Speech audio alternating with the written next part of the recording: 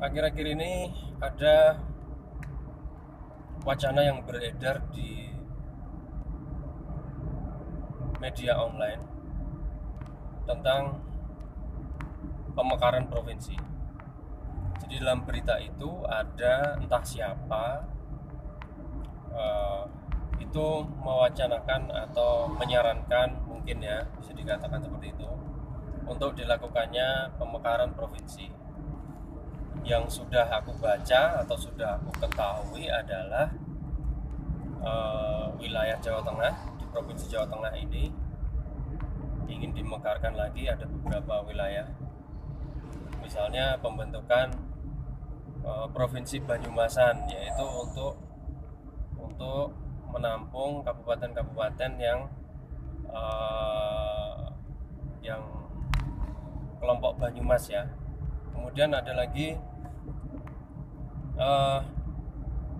wacana untuk Jawa Timur, itu ada beberapa. Jadi 3 apa 2 ya. Jadi provinsi Mataraman katanya kalau nggak salah Jawa Timur tuh. Mungkin sekitar Ngawi apa mana ya, aku agak lupa ya. Nah, dan yang ketiga yang aku ketahui dari berita itu adalah provinsi Belambangan, yaitu artinya Pulau Madura. Kabupaten-kabupaten yang ada di Pulau Madura itu keluar dari provinsi Jawa Timur dan membentuk provinsi baru. Nah, ketika aku membaca berita itu, yang jadi pertanyaan, tujuannya apa ya kira-kira untuk pemekaran provinsi ini? Apa tujuannya? Yang kedua, siapa yang mewacanakan ini gitu? Siapa yang punya ide seperti itu gitu? Dan kemudian faedahnya apa? Nah, yang ingin aku sampaikan di sini adalah opini pribadi ya. Kamu boleh berpegang pada opini sendiri atau opini yang mungkin kamu percayai, tapi ada beberapa hal yang ingin aku sampaikan. Yang pertama, sebenarnya penambahan provinsi. Jadi kalau pemekaran itu kan nanti artinya kan provinsi akan bertambah ya. Saat ini provinsi itu jumlahnya kalau nggak salah 34 seluruh Indonesia. Jadi kalau ada pemekaran artinya nanti akan ada penambahan provinsi. Nah, yang pertama ingin aku sampaikan adalah sebenarnya aku secara pribadi menduga ya, ini bukan hal baru ya. Kemarin waktu aku dalam rangka untuk tugas kelulusan kuliah, aku diwajibkan membuat karil ya sebagai mahasiswa ya. Jadi di dalam karilku itu aku membahas tentang perlunya revisi dalam pemerintah provinsi di Indonesia ini. Nah, muaranya itu adalah sebenarnya untuk efektivitas dan efisiensi pemerintahan daerah. Yang pertama aku bahas dalam karil itu atau karya ilmiah itu adalah, yang pertama, aku menduga adanya kemungkinan terjadinya double budgeting antara pemerintah provinsi dan kabupaten.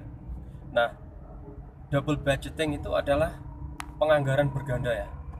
Artinya itu adalah membengkaknya anggaran. Nah, bagaimana itu bisa terjadi? Aku bisa mencontohkannya dalam beberapa contoh. Yang pertama, di provinsi itu ada dinas sosial, di kabupaten dan kota ada dinas sosial. Nah, bisa jadi kemungkinan anggarannya sama ya, khususnya dalam hal pengalokasian anggaran untuk masyarakat yang membutuhkan, yang memiliki masalah sosial dan membutuhkan bantuan sosial. Nah, padahal provinsi itu tidak punya masyarakat. Masyarakat provinsi itu terletak di kabupaten-kabupaten dan kota. Artinya, sebenarnya dinas sosial itu cukup ada di kabupaten dan kota. Nah, apabila ada dinas sosial dengan anggarannya ada di provinsi, itu bisa jadi terjadi double budgeting.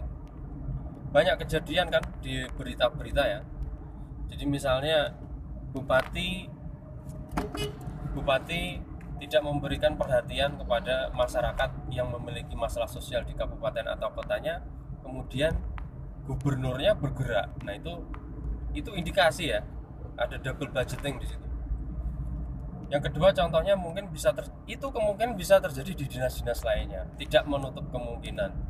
Silahkan dipelajari ya. Siapapun yang memiliki otoritas atau kewenangan atau kemampuan untuk mempelajari itu. Nah, yang kedua ada kemungkinan terjadinya. Jadi kalau kita perhatikan itu kan birokrasi di provinsi itu kan cukup gemuk ya. Nah, jadi ada kemungkinan terjadi ketidakefisiensian dalam pengalokasian SDM atau dalam hal ini adalah ASN. Jadi ini perlu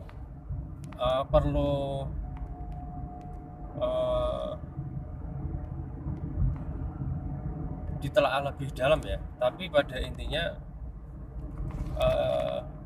dengan struktur yang besar tadi kan, harusnya dengan double fungsi yang mungkin ada atau terjadi kan, harusnya tenaga atau sumber daya manusia itu kan harusnya tidak ada di provinsi, tapi bisa geser atau di spread ke daerah-daerah, ke kabupaten atau kota, atau bahkan mungkin nggak diperlukan apabila pos-pos atau jabatan-jabatan atau lowongan-lowongan pegawai di daerah dan kota itu di kabupaten dan kota itu sudah terisi.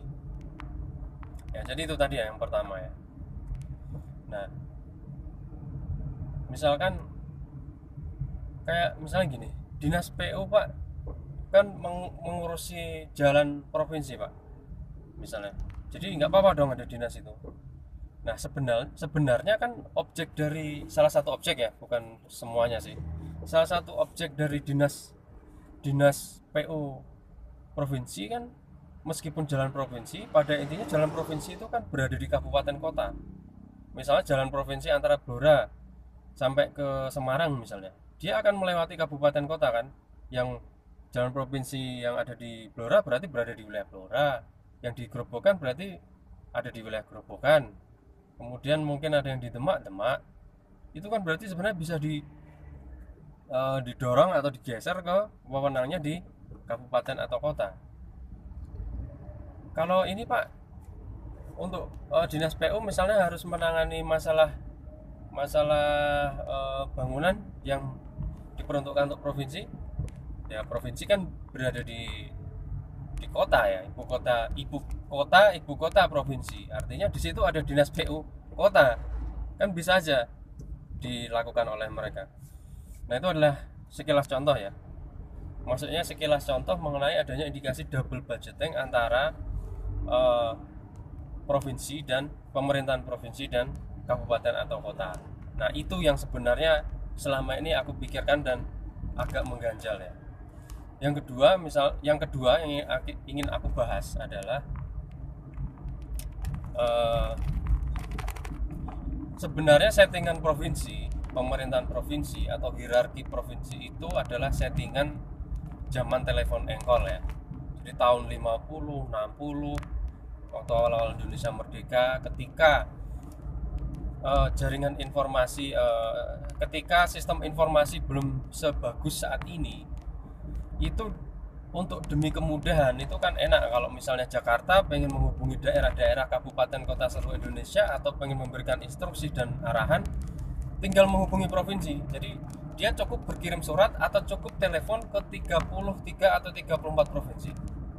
Nah, nanti kemudian dari 33 provinsi itu atau 34 itu dia meneruskan informasi dan arahan itu ke kabupaten-kabupaten dan kota di wilayahnya.